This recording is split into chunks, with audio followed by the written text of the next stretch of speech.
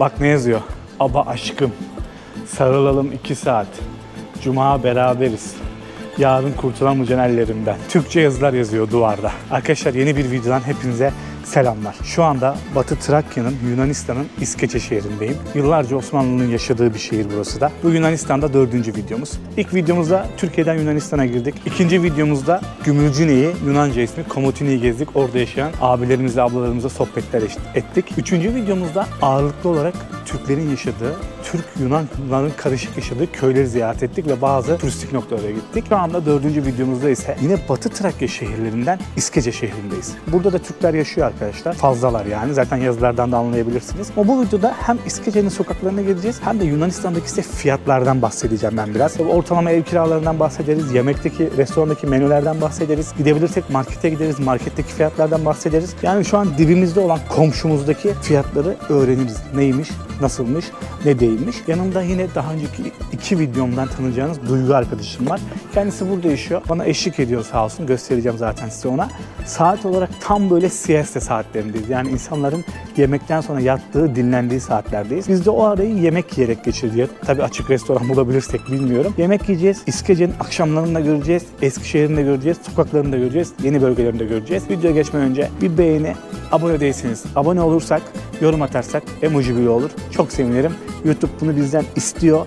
Çünkü ne kadar çok yorum, etkileşim, beğeni o kadar çok videoyu öne çıkarmak demek. İskeçe'yi gezmeye, Batı Trakya'nın çok güzel şehirlerinden biri olan İskeçe'yi gezmeye başlıyoruz. Türkiye'nin lider su arıtma markası Aura Sebilon Unique sunar. Duygu'ya dedim ki Duygu en çok sevdiğin böyle Gümülcine, İskeçe, Dede Ağaç, bir de ne vardı? Kavala vardı. Bu şehirlerden en çok hangisini seviyorsun dedim. Önce Dede Ağaç saydı. İkinci de İskeçe oluyor o zaman. İskeçe, evet, burayı. doğru. Çünkü diyor ki buralar daha hareketli, daha canlı. Sanırım zaten gördüğüm kadarıyla gerçekten öyle. Siesta saati olmasına rağmen. Burası İskeçe'nin Eskişehir tarafı mı? Evet, Old Town. Old Town tarafı. Eski. Akşamları hareketli oluyor bu arada şimdi. Akşamında inşallah göreceğiz buranın. Aa bak ileride genç oturanlar var yine ya. Mekanlar açık. Açık kapalı mekan yok yani yiyecek içecek yerlerinden bahsediyorum. Güzel. Akşamları güzel oluyormuş buralar. Magnetler 1 euro arkadaşlar. 2 euroya da var. Restoran fiyatlarını merak ediyorum. Bir yemek yiyelim. Bakın arkama gençler oturmuş sağlı sollu. Öğrenciler de var burada, fakülteler de var. Full de o mekan bu arada arkadaşlar. Bir şey fark ettim ben. Sen ne düşünüyorsun bilmiyorum. Sima olarak komşuyuz ya zaten bir de. Bize benziyorlar. O yüzden herhalde. Bize benziyorlar ya gerçekten sima olarak. Şöyle bu caddede yani en turistik noktadaki fiyatları göstereceğim size. Şöyle bir yerde. Sanırım deniz ürünleri yiyeceğiz. Yunanistan'dayız. Deniz ürünleri çok meşhur. Çok seviyorlar değil mi deniz ürünlerini bir de? Evet. Lezzetli bir de. Lezzetli, çok lezzetli. Kalamar özellikle. Ben kalanı merak ettim ya. Yiyeceğim şimdi, deneyeceğim. Tatlı bir yerde. Standart Ege'yi andıran bir mekan yapmışlar. En turistik noktadaki fiyatları söyleyeceğim için mekanı gösteriyorum size. Arkadaşlar bak şimdi yukarıda Yunanca yazıyor. İngilizce Hünkar beğendi bu. Bildiğiniz Hünkar beğendi. 12,5 euro. Fiyatları ortalama söylüyorum ben size. İşte et var 350-400 gram 16 euro. Siz çarpın. Gene etimiz var 22 euro. Şinitselimiz var. Tavuk şinitsel 9,5 euroya yiyebiliyorsunuz. Kebaplar var. Bak 8 euroya falan kebaplar var Duygu. 9 euroya aynı şekilde kebaplar var. 8, 9. Fiyatlardan bahsediyorum. Yani en turistik noktada 400 TL falan ediyor herhalde. 9 euro. Makarnalar var gene 9 euro. 9 ve 10 euroya makarna var. Salata çeşitleri de var. Burada işte tavuklu salatamız falan var. 8,5 euroya var. Normal düz salata. Ya 7,5 euro ile 10 euro arası değişiyor. Menüdeki en pahalı fiyat 22 euro. Onu söyleyebilirim size ama. Aperatiflerde işte buruşet de var 6,5 euro. Patates cipsi var 4,5 euro. Fiyatları en turistik noktadaki fiyatlardan bahsediyorum size. Bunu bilin ama tamam mı? Daha uyguna da vardır değil mi? Tabii ki de vardır. Burası çok turistik nokta olduğu için böyle fiyatlar. Biz kalamar yiyecektik ama kalamara benzeyen bir şey Kalamara varmış. benzer frapsala varmış burada. Meşhur mu o da? Evet. Ya kalamarla hemen hemen tatları aynı, benzer tatları var. Nerede o? Bir bak bakalım frapsala. En kötü Frapsala şu. deniz ürünü şimdi yiyemezsen. 11,5. Kalamara mı Evet. benziyormuş? Evet. Etle bunu söylemek olur mu ya? Hem Olur kebap tabii, söyleyip evet. hem bunu Niye söyleyelim olmasın? mi? Olur. Tamam bence kebap söyleyelim birer Tamam, tane. bir kebap. Bir de frapsala. Evet, sen de kebap ye ama. Tamam. Yani ikimiz de kebap, Tamam. et balık da yiyebilirsin tamam, ama etçiyim okey. dedin. Et yiyelim. Bir de bu Deneyelim bunu. Trapsala, kalamarla ya hemen hemen benzer. Tamam. Kalamar değil, sadece trapsala ismi. Birer kebap yiyelim. Tamam. Kebapta hangisini yiyelim? Yoğurt kebabı olanı mı? Yoğurtlu, tamam. Yoksa başka mı yiyelim? Hünkar beğendi mi yiyelim? Hünkar beğendi var ve kebapakya. Bunlar büyük bir ihtimal küçük small kebabs. Kız bunu mu önerdi? Kız bunu önerdi. Bunu yiyelim mi? Olur, bunu söyleyelim. Tamam. Trapsala. 2 hünkar beğendi söyleyelim. Tamam.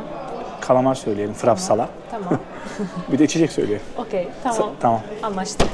Burada bir de kahve içtiğinde bile Duygu su geliyor yanında. Evet. O paralı mı? Hayır. Getirdikleri Şu su. an paralı. Bu paralı ama Bu paralı. kahve içtiğimde Yok. para almıyorlar. Ücret almıyorlar, evet. Çünkü Ücretsiz. sürahide su koyuyorlar. Mekanı çok sevdik. İçerisi de çok temiz. Bu arada burası aslında bir restoran değil mi? Yani ya da böyle Türkiye'de ne deriz burayı görsek? İşte bir gece mekanı, gelip böyle bir şeyler içip balık mı falan yiyebileceğin yer diyebiliriz böyle bir Ege kıyısında. Ama burada Yunanistan'da farklı söylüyorlar. Taverna. Taverna bu mu? Taverna bu, evet. Restoran? Restoran daha elit yerler. Hani daha böyle şık daha şık yerler yerlere olarak restoran algılanır. Evet. Burada şey oluyor mesela bizde gece akşamları bazen böyle geç saatlerde insanlar kalkar dans eder, oynar. Müziklerle beraber oynamaya başlar. Sizde de o kültür taverna var mı? Tavernalarda var mı buralarda? Ama her tavernada olmaz bu. Her yerde olmuyor. Her yerde olmaz, evet. Sirt'taki hafta sonları hep bulabilir misin buraya geldiğinde? O tabak kırma falan. Bu, evet. Yani Gümülcine'de ihodromyo var. Gelenek değil mi bu? Evet. Gidiyor musun sen de? Gittiğin oluyor mu? Tabii ki de evet. Ve insanın arada deşarj olması lazım. Değil mi? Evet, tabii ki de. Eğlenmesi lazım. Eğlenmesi lazım. Katılıyorum sana. Niye yaşıyoruz değil mi? Tabii. Hayat kendimiz için yaşıyoruz. Kendimize de vakit ayırmamız Tabii gerekiyor. ki de. Arkadaşlarımızla vakit geçirmemiz gerekiyor. Gerçekten ot gibi yaşamamak gerekiyor ya. Oraya gidiyoruz, buraya gidiyoruz. Yani iş, ev iş. Böyle olmamak gerekiyor ya. Ya nasıl dışarıda çocuklar bak burada. Ben Atina'yı falan daha da merak etmeye başladım böyle Selanik'i falan. Çünkü gerçekten internette araştırdığımda da böyle yazıyordu. Yunan halkı Avrupa'daki diğer halk gibi değilmiş. Akşam iş bitti. Gidelim yemeğimizi dışarıda yiyelim öyle eve geçelim. Ya da bir kahve içelim dışarıda öyle eve gidelim. Yani kendilerini önemsiyorlar. Doğru. Rahatlığı Çok seviyorlarmış. Doğru mu? Bu Çok bilmiyorum doğru. ama böyle ya bu güzel bir şey. Bence güzel bir şey. İnsanın kendine vakit ayırması kadar güzel bir şey Tabii yok. ki de şöyle örnek verebilirim. İşten çıktım. Hani eve gittim, 1 saat 2 saat dinlenip arkadaşlarımla bir kahve içmeye, bir hani eğlence yerine gidip bir hani stresten arınmak. İşin stresini artıyorsun. Evet, evet. Hani tekrar bir az önce de dediğim gibi deşarj olmak güzel. Yani, evet. Duygu burada yaşıyor. Doğma büyüme buralı zaten. Gümülcine şehrinde yaşıyor. Babasıyla da tanışmıştık. İlk videoda çok ayaküstü bir otobüste bir el sallaşmış. Çok şanslı seni tanışmıştık ama çok güzel oldu. Çok güzel geziyoruz. Sağ ol. Arabasıyla her yere ulaştırıyor beni. Çok sağ ol. Yoksa toplu taşımalarda uğraşacaktım. Burada sanırım taksi de var ama sarı taksiler gördüm ama uygulama çok kullanmıyorsunuz. Uygulama yok zaten. Hani ben Gümülcine'de yaşadığım gibi hayatımda belki bir kez kullanmışımdır taksi. Taksiye. Evet. Genelde o otobüsler, toplu taşımalarda Genelde otobüsler otobüsler. veya hani yürüyerek zaten gördün sen de 10 dakikalık mesafe. Her yere taraf. gidebiliyoruz. Evet. Şehir içinde de zaten otobüsler var. Evet. Şey de büyük. Porsiyon da büyük. Porsiyonu da büyük, Değil mi? evet. En son fiyatı söyleyeceğim size. Masayı gösteriyorum. Arkadaşlar Hünkar beğendi. Onlar da Hünkar beğendi yazmış zaten. Adını yapmıyorlar. Ya bir Yunanistan'la Türkiye arasında o şey vardı ya işte caciki. Caciki, evet. Cacik. Çok yemekleri birebir aynı aslında. Hepsi birbirine benziyor Evet, yani. benzer yemekler. Şöyle porsiyon büyük. Hünkar beğendiği ben çok seviyorum çünkü patlıcan çok seven birisiyim. Patlıcan, aman, aman. Motor sesi geldi de. Patlıcan yatağında kuşbaşı et arkadaşlar özel sosuyla. Kalamar dedik ama kalamar çok benziyor. Sanırım ahtapot da var yanında, ufak bir ahtapot. Neydi adı? Trapsala. Frapsala. Trapsala. Onu da deneyeceğiz. Yiyelim. Porsiyonu beğendik ve bir su ve bir ekmek. Şöyle 2 tane ekmeğimiz var. En son ne ödedik? Hepsini sizlere söyleyeceğim. Fiyata da lezzete de bakalım. Ha getiriyorlar. Evet. Burada servis ücreti diye bir şey var mı? Yok. Hayır. Öyle bir şey yok. Hiç öyle bir şey yok. Fiyat şimdi ne burada? Şu altı ne? O toplam fiyatı 38 euro. Bu mu toplam? Toplam 38 fiyatı euro. 38 Ya euro, bu masa, evet. Bu masa 38 ekmek su euro. dahil 38 Evet, euro. evet. Fiyat önden gelmiş zaten, haberimiz yok. Arkadaşlar bakalım tadına. Bu trapsalanın ayak kısmı olması lazım. Frapsala ne ya? Ahtapot mu diyorsunuz ya? Hayır. Ya kalamar Frapsala. Hayvanı merak ettim. Uzun bir şey. Frapsala bir hayvan. Evet, Şu. bir hayvan. Hah, aynen bu. Arkadaşlar. Bu deniz ürünleriyle çok aram yok ya o yüzden bilmiyorum. Şu hayvan ya. Tamam. Şu. aynen. O da ayak kısmı. Ben de ahtapot Evet. diyorum ya. Kör cahillik böyle bir şey işte ya. Afiyet olsun. Sana da Lezzetli. Güzel lezzeti var, evet. ben patlıcanı çok seven birisiyim ya. Güzelmiş arkadaşlar. Reklam değil bunlar tabii, bilginiz olsun. Bunu yiyelim. Şeye de bakalım. Frapsa'nın da tadına bakmak istiyorum. Frapsa'la. Yeni bir deniz ürünü öğrendik. Bunu bu sosa bandırıyorsunuz herhalde. Güzel bir roka salatası da var yanında. Sosa bandırıyoruz. Bildiğin ahtapot tadı aynısı. Bu da güzel. Ya ne kadar farklı olabilir ki? 2 saat mesafede Türkiye var zaten yani.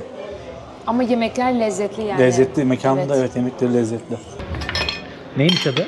Saraglaki. Saraglaki. Saraglaki. İçinde herhalde fındık mı var, fıstık mı var? Baklava değil mi? Evet, onu sordum. Söyledi ya, sen baklavaya benzer dedi. Ha. Şöyle bir tatlı ikram ettiler arkadaşlar. Biri senin, biri benim.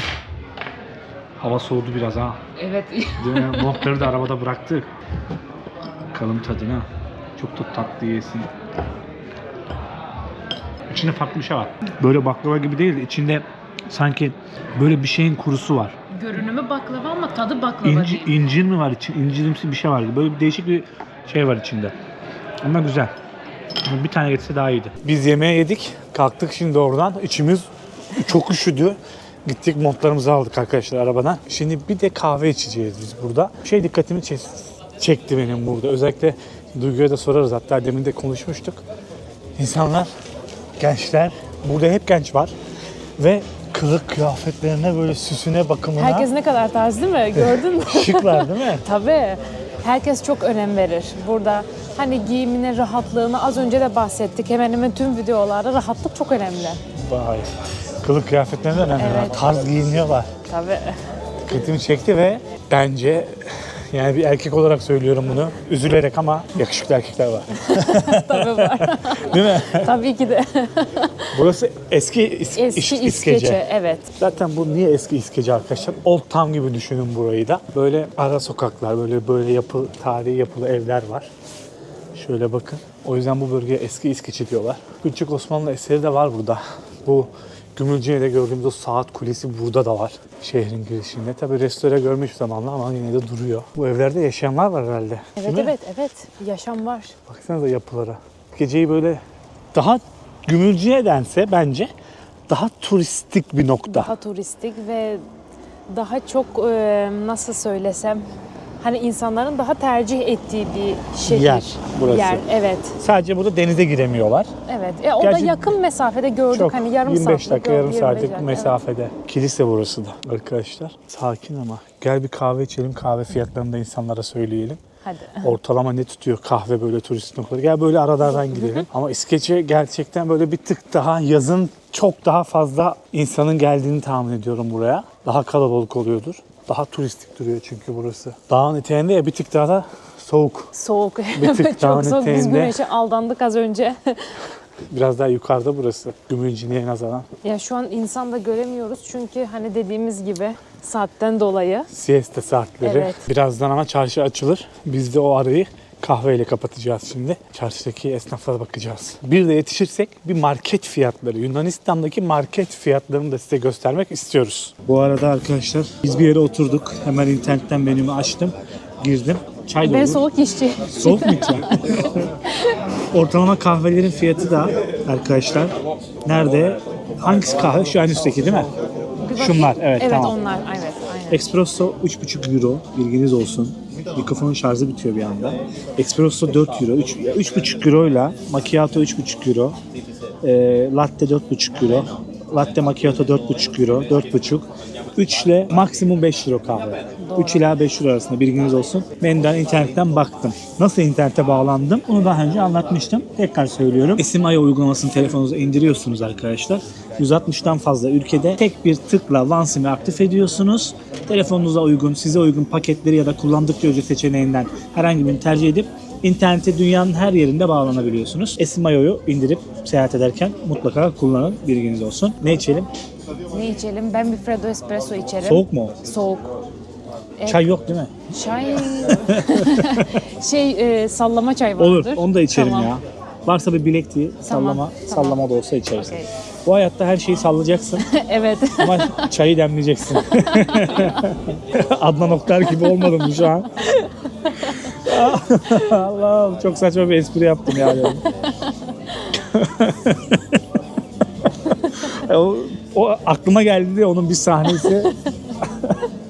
Ortalama kahve böyle turistik noktada 3 ila 5 euro arası. Bunun bilgisini size vereyim arkadaşlar. Arkadaşlar bakın gene bir ücretsiz su geldi. Kahve içtiğinizde ücretsiz su geliyor. Benim bir şey dikkatimi çekti. Şimdi deminki çocuktan da yola çıkarak burada karşılaştığım buranın insanlardan yola çıkarak bana çok sıcakkanlı geldi. Evet, doğru. Sen burada doğdun, burada büyüdün. Sen ne düşünüyorsun? Çok sıcakkanlılar ve görmüşsündür zaten, aşırı misafirperverdirler. Evet ya, Hani yani- konuşkan, doğayla iç içe yaşamı çok severler. Yaşamayı çok severler. Daha çok insancıl geldiler bana ya. Yani mutlaka farklı düşüneni vardır. O Türkiye'de de var. Farklı düşünenler. Tabii dünyanın her neresinde yerinde olursak olalım, evet. Ama ben kimle tanıştıysam buranın kendi halkıyla çok sıcak yaklaştılar bana. Sana sormak istedim o yüzden Hani bunu. yaklaşımları gördüğün gibi çok iyi, çok samimi, çok içten. Ya turist seviyorlar da turist. Evet, tabii, kim sevmez? Turisti kim sevmez? Yok sıcakkanlı geldiler. Bunu size söylemek istedim. Duygu'ya da sormak istedim. O çünkü burada doğup büyüyen birisi.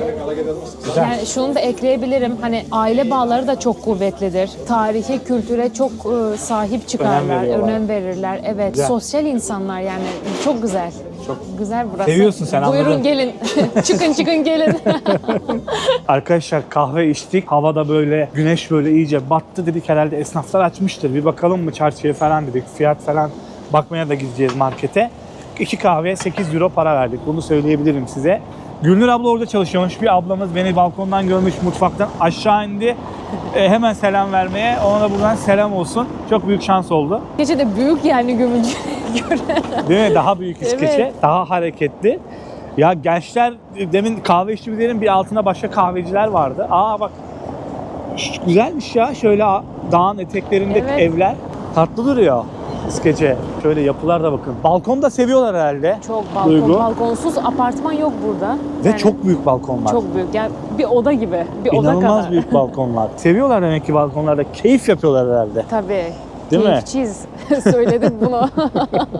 Araba fiyatları falan nasıl Duygu burada? Pahalı mı? Araba fiyatları mesela ikinci el arabaya göre tabii ki de her tarafta olduğu gibi burada da değişir. Ama mesela 2006 model bir örnek vereyim, Toyota Corolla 5-6 bin euro. Evet. Yani her maaşlı araba alabilir gibi bir şey aslında. Gibi, evet, Değil mi? öyle bir durum var. Bu bölgelerde çok böyle lüks araba görmedim ben. Göremezsin, evet, yok. Yok mu? Yok. Ha, genelde böyle normal arabalar. Orta segment aynen öyle. arabalar var hep. Evet, tabii lüks arabalar da var ama çoğunluk yani %80 böyle. İskeçe'de böyle bu caddenin bir adı var mı? Yok. Normal alışveriş caddesi.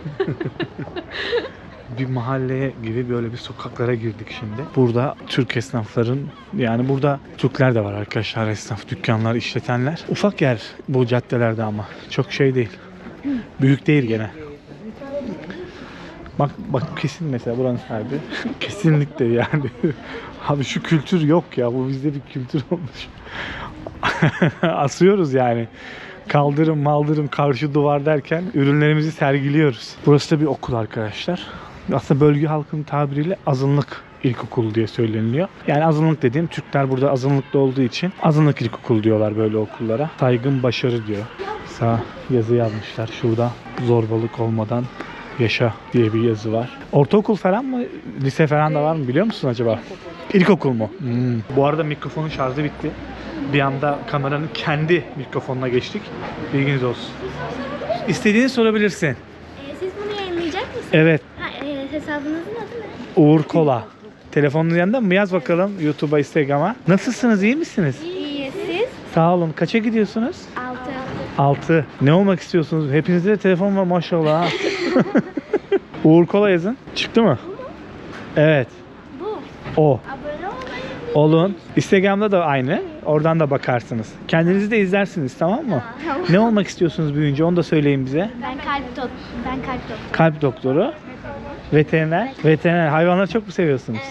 Evet. Ben de çok seviyorum. Çok teşekkür ederiz bize merhaba dediğiniz için. Sağ olun. Çok sağ olun. Görüşürüz. Ne kadar tatlılar değil mi? Evet. Böyle özgüvenli çocukları da çok seviyorum. Gelip merhaba deme cesaretini elde ediyorlar ya, onu her çocuk yapmıyor. Yani, Evet, her çocuk yapamıyor onu. Abla kolay gelsin. Ulan güler yüzünüze seveyim ya. Bir şey daha fark edeceğim, gerçekten gülüyorlar ya. Nasıl tatlı sağ ol dedi ablam ya. Şu aşağı doğru da inebiliriz. Aşağı mı inelim? Tamam. Bitti çünkü. Saraçoğlu diyor. Pardon, Saroğlu yok. Sarıoğlu. Saroglu mu? Sarıoğlu. Oglu yazıyor. Oğlu demek aslında Oğlu değil mi? demek, evet. Ha, tamam. Çeyizde ihtiyacım olacak. Evleneceğim, buraya geleceğim ha. Bilinli çeyize. Arkadaşlar çantalar 6 euro. Şöyle göstereyim size. 3 euroya şöyle çantalarımız var. 2 euroya anahtarlıklarımız var. 3 euro terlikler var mesela. 3 euroya terliklerimiz var. Değişiyor. Bak şunlar 10 euroymuş mesela dışarıda giyecek terlikler. Meşhur mu? Meşhur mu? Kavala kurabiye. Evet. Ne farklı ki kavala kurabiyesinin? Ne bildiğin kurabiye değil mi? Aslında. Evet. Ama meşhur. Meşhur. Meşhur olmuş Evet. kavala kurabiyesi. Burada şu an öyle yürüyorum ki sanki böyle Gaziantep'in bir sokağında gibiyim. Yani hem yani Türkiye'deki herhangi bir yerlerde bir alışveriş caddesinde gibi hissediyorum.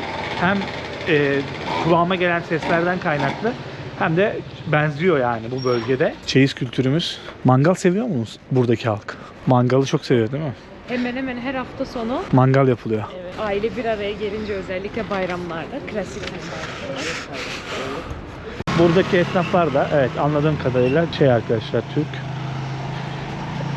Ürünler, şapkalar, el işi. Abi kolay gelsin. Nasılsınız, iyi misiniz? Sağ olun. Merhaba diyeyim dedim. Elinde kamerada var. Video çekiyorum. YouTube'a atacağım. Mahsuru varsa atmam. Atayım mı? Atama nasıl yap? Kartopunu satıyorum. Alize'yi satıyorum. Sen bana adını söyle, adını söylemedin ya. Neyin Senin adı? adın, senin. Benim adım Tombul Ayşe. Tombul mu? Tombul değilsin ki, niye öyle diyorsun kendine? Babamın soyadı. Ha, Ayşe Tombul. İyi ki tanıdım seni. Neşe oldun bana, enerji oldun. Evet. İşlerin rast gitsin, kolay gelsin. Çok güzel işlerim. Yardım ediyorum çocuklarıma. Allah kolaylık versin. Aylar sigortalıydım. Çıktım aylık para alıyorum. Evlatlarıma yardım ediyorum. Maşallah sana. Pazar arkadaşlar. Burası pazar bölgesi diye geçiyormuş. Ayşe teyzemin de dükkanı burası. Senin de Türkçen çok güzel ya. Kendine haksızlık ediyorsun şu an. Gerçekten haksızlık ediyorsun yani. Ayşe teyze görüşürüz. Biz gidiyoruz. Ayşe teyzem çok tatlıydı ya. Gerçekten. Zaten biz onunla çok sohbet ettik ama bazı sahneleri koymuyorum. Yani biz böyle o sohbetler bize kalsın. Çok tatlı sohbetler ettik onunla. Çok tatlı. Benim Türkçem iyi değil diyor. Beni koyma diyor. Ben iyi konuşmuyorum diyor. Kızımla konuş diyor. Kızı da orada yok. O dükkanlar da onlarındı. Yardım ediyormuş onlara. Emekliymiş. Herhalde ayrılmış mı? Yardıma mı gelmiş? Bir şeyleri de anlamadım çok. Genel olarak bu Batı Trakya bölgesindeki karşılaştığım insanlar çok sıcakkanlı. Çok tatlılar. Çok güler yüzler gerçekten. Şimdi bir de başka bir bölgeye gidiyoruz. Burada da daha çok böyle Yunan halkının mağazaları var. Yaşadığı yerler var. Yani Yunanlıların çalıştığı bölgeler var, esnaflar var. Bakalım arasında neler var farklı olarak. Size bir yandan da İskeçe'nin sokaklarını gösteriyorum. İskeçe böyle bir yer arkadaşlar. Ufak bir yer burası da ya. Çok büyük bir yer değil. Esnaflar var. Birkaç bölgede. İşte Eskişehir tarafı var. Bir de Yenişehir tarafları var. Çok büyük bir yer değil yani. Buranın da Gümülcine gibi bence anladığım kadarıyla çok gezilecek yeri yok. Yok, evet. Çok öyle lokasyonları yok ama tabii bir Batı Trakya bölgesinde kaldığı için ziyaret etmek istedim. Ama Gümcüne ile kıyasla daha büyük. Aktif, Evet, daha daha aktif. Onu aktif, fark evet. ettim ben de. Daha kalabalık. Şöyle Yunanistan halkına bakalım. Yürüye yürüye. Sokakları İskece'nin. Bayağı bak ben sanki Türkiye'de gibi hissediyorum kendimi. Valla herkes Türkçe konuşuyor. Herkes. Her yer kahveci gerçekten. Bunlar taksi mi? Bunlar evet. Beyaz taksi. Şehir taksilerin rengi değişiyor mu burada? Dede Aşağı sarıydı. Sarı gördüm. Gümcüne'de Görmedim. kırmızı. Kırmızı mı? Kırmızı bordo. İskece'de beyaz. Beyaz. Aa, şehir değişiyor. Hangi şehrin taksisi olduğu öyle anlaşılıyor. Saat meydan arkadaşlar burası da. Gümülcine'de de vardı hatırlarsanız. Yani Osmanlı döneminden kalma bir eser. Tabi restore görüyor zamanla. Ama Gümülcine'de daha fazla şey var. Osmanlı döneminden kalma eserler var sanki. Tam bu tarafta şu bölge kulenin etrafı, Saat Kulesi'nin etrafı İskeçe'nin meydanı diye geçiyor. Ana meydanı. Şu sol tarafımızda İskeçe'nin belediye binası arkadaşlar. Gene böyle etraflarına arkalara doğru gittiğinizde bu eski İskeçe arka taraflarda kaldı değil mi? Arka tarafta yukarı. Şöyle aralardan bu kulenin arasından gittiğinizde eski İskeçe tarafına varacaksınız. Türkiye'den gelenlerin birçok noktası, yani uğrak noktalarından birisi de burası oluyor. İskeçe oluyor. Buradan Selanik'e 2,5 saat falan sürüyor zaten. Orada Selanik'e de gideceğiz. Yüksek ihtimalle bir sonraki video Selanik'ten olacak arkadaşlar. Göreceğiz yani. Aynısı şeydekinin, Gümülcine'dekinin birebir aynısı Saat Kulesi arkadaşlar. İnsanlar çıkmış sokaklara biraz da. Güneş gitti mi ama maşallah hava buz tuttu arkadaşlar. Saat Kulesi'nin etrafından dümdüz girdiğinizde böyle yerlere çıkıyorsunuz. İskeçe ile Edirne, yani Türkiye sınırı arası bakayım 2 saat, 2,5 saat arkadaşlar. Yunan ismi Hanti mi? Ksanti. Ksanti ha. Ksanti. KS. KS. Aynen. Ksanti. X burada KS diye mi okunuyor? Evet. X. KS. Ksanti. Ksanti. Arkadaşlar şimdi bir markete gidip market fiyatlarını çekmeye çalışacağız arkadaşlar. Çekebilir miyiz bilmiyorum ama ondan önce ben bir sonraki videoda Selanik'e gideceğim. Selanik, yani bu Gümülcine tarafına döndük biz İskeçe'den. Gümülcine'de kalacağım ben bugün. Otelimi de göstereceğim size bu videonun sonunda. Bu otogardan Kıtel diye bir firma gidiyor her yere zaten. Saatlere baktık internetten. Gelip bilet alacağız şimdi. Çünkü Selanik'e biletler tükenebiliyor. Her saatte olmayabiliyor. Bir bakayım bilet ne kadar. Gümülcine otogarına gelip siz de buradan bilet alıp otobüse de buradan biniyorlar değil mi? Evet buradan. Bileti aldım arkadaşlar. Gümülcine'den Selanik'e 28 euro, bilginiz olsun. 3 saat 15 dakika sürüyormuş. Böyle yarın mesela hafta içi bir gün 5.30'da var, 8.30'da var, 12'de var, 2'de var. Değişiyor ama 2 saat arayla Selanik'e buradan sürekli otobüs var. Hatta buradan Atina'ya da gidebiliyorsunuz. Atina'ya da otobüs var. Bu İskeçe'ye falan gitmek isterlerse de buradan gidebiliyorlar, Evet değil mi? buradan İskeçe'ye de Dağca. Hepsine buradan gidebiliyorsunuz. Hatta Türkiye'ye de buradan otobüs var arkadaşlar. Bilginiz olsun. Bir Arda Tur diye bir firma gidiyor. Bir de sanırım buradan bir firma var. O gidip geliyor. Biletimiz bu. Kaybetmeyelim. Bu Gümülcine'nin en büyük marketi mi? Evet. Adı ne buranın? Sklavenitis. Yunan marketi. Yunan marketi. Yunanistan'ın her şehrinde var mı bu? Her şehrinde hemen hemen var, evet. Şimdi- Zincir bir market. Fiyatlar diye girdik ama asıl fiyatlardaki amacımız bu marketteki fiyatları göstermekti. İşte 1 kilo et. Ya biz bir kasaba girdik İskeçe'de. Adam beni tersledi resmen. Sadece dedim ki etin fiyatını soracağım dedim. Seni çekmeyeceğim. Etin fiyatını da sorma bana dedi. Sormadım. Çıktım. Buraya gireceğiz. Eğer izin verirlerse size fiyatlardan bahsedeceğim. İzin vermezlerse de kendim bakacağım. Çıktığımda söyleyeceğim arkadaşlar. Bundan sonra da kaldığım oteli göstereceğim. Bu Gümülcine, Dede Ağaç, İskece taraflarında hostel yok. Yani böyle paylaşımlı odalar yok. Sadece otelde kalabiliyorsunuz ve minimum, Duygu'da şahit, 45 Euro'dan başlıyor. Selanik'te daha uygun. Hostel var daha doğrusu. Daha uygun dedim, hosteller var. Paylaşımlı odalar var. Onlar 1000 lira. Ya bunun bilgisini vereyim size. Bu Batı Trakya tarafında otelde kalmak isterseniz minimum 45 Euro'dan başlıyor. Açın Booking'i bakın arkadaşlar. Bir bakalım Yunan marketinde komşuda fiyatlar nasıl? Bir bakalım beraber. Direkt girer girmez karşıma alkol çıktı. Arkadaşlar çok soruyorlar bana markete gittiğimde alkol fiyatlarını. Uzo dediğiniz rakı mı Duygu?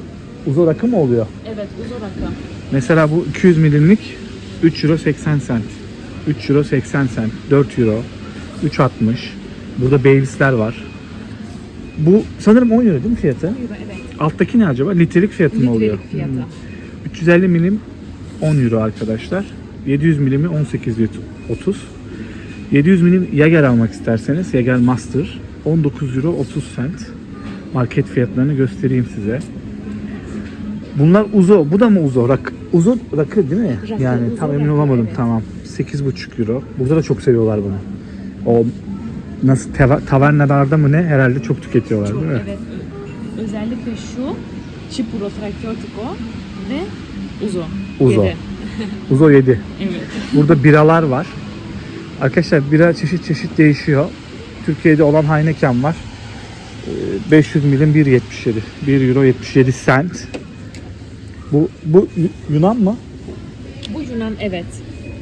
4 tanesi 5 5.36. 4 tane bira. Başka neler var? Ha şurada 2 euroya da var. Biralar. 1 euroya da var. 1 euroya da var. 1 euro 2 euro. Direkt girer girmez de alkolle başlamak iyi olmadı ama karşıma çıktı, ne yapayım. Nutella arkadaşlar.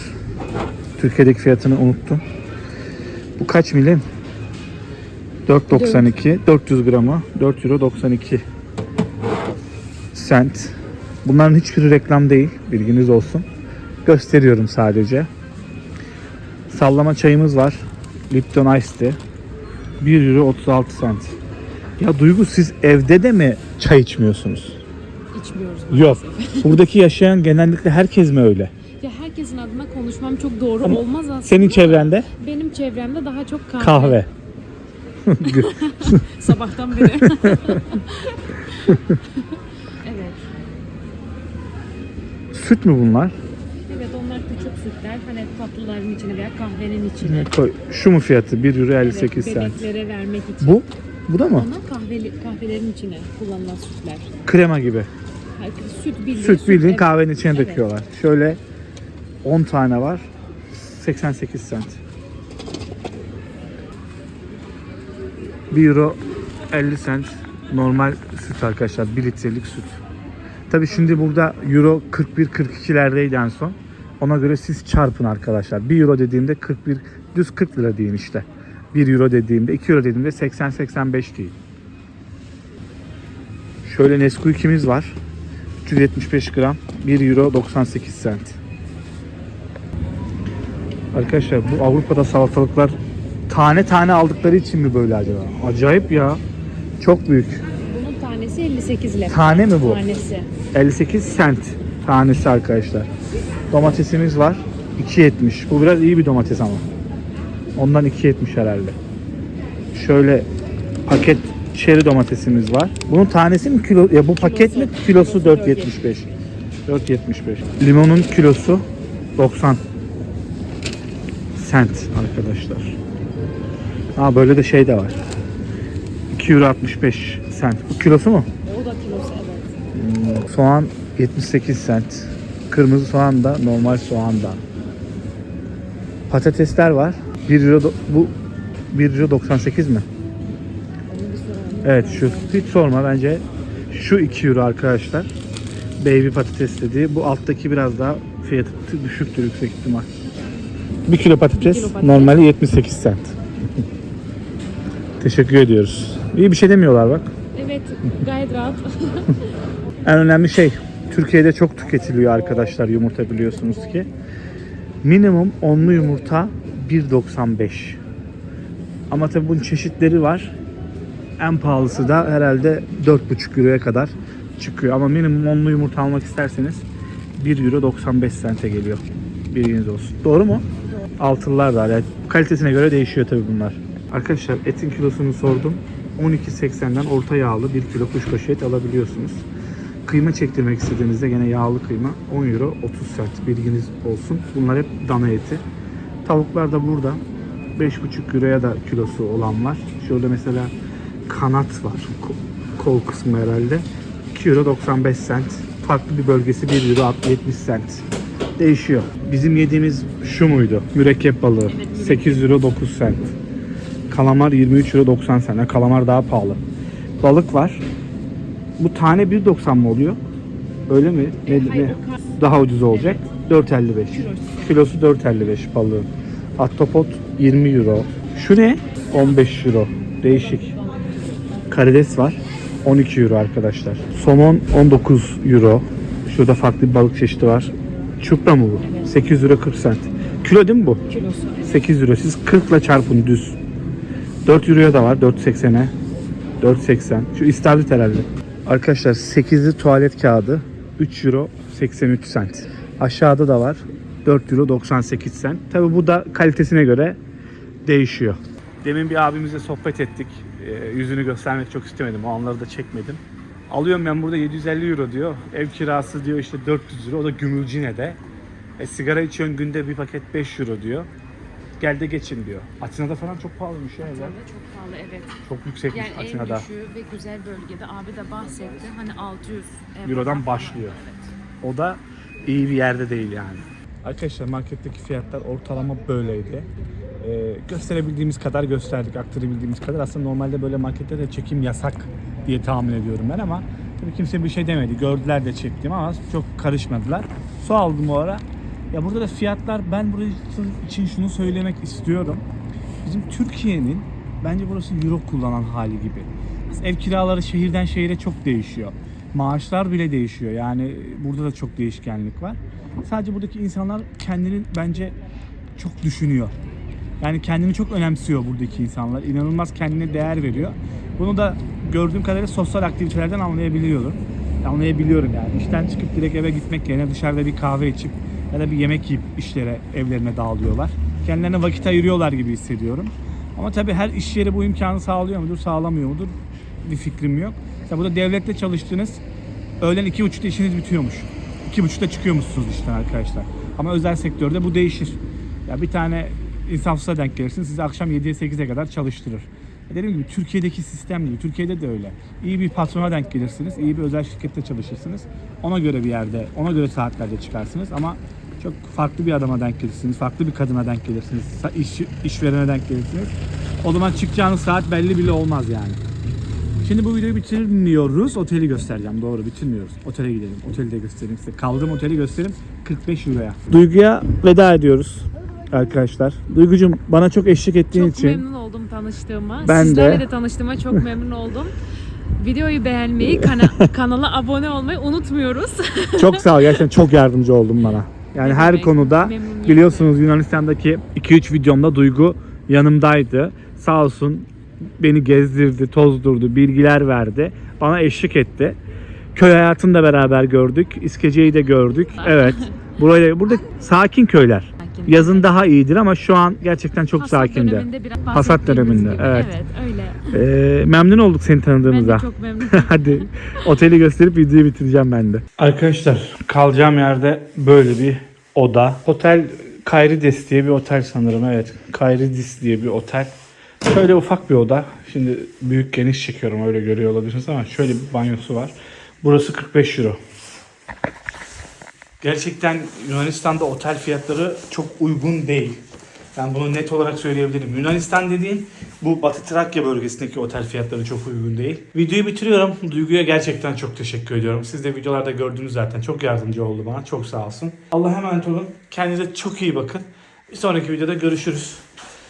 Selanik'te olacağız. Selanik'e gideceğim. Otobüs bileti aldım. Selanik'i ziyaret edeceğiz. Sonra yavaş yavaş ülkeden ayrılırız zaten. 1-2 video daha çekeriz. Sonra başka ülkelere doğru gideceğiz.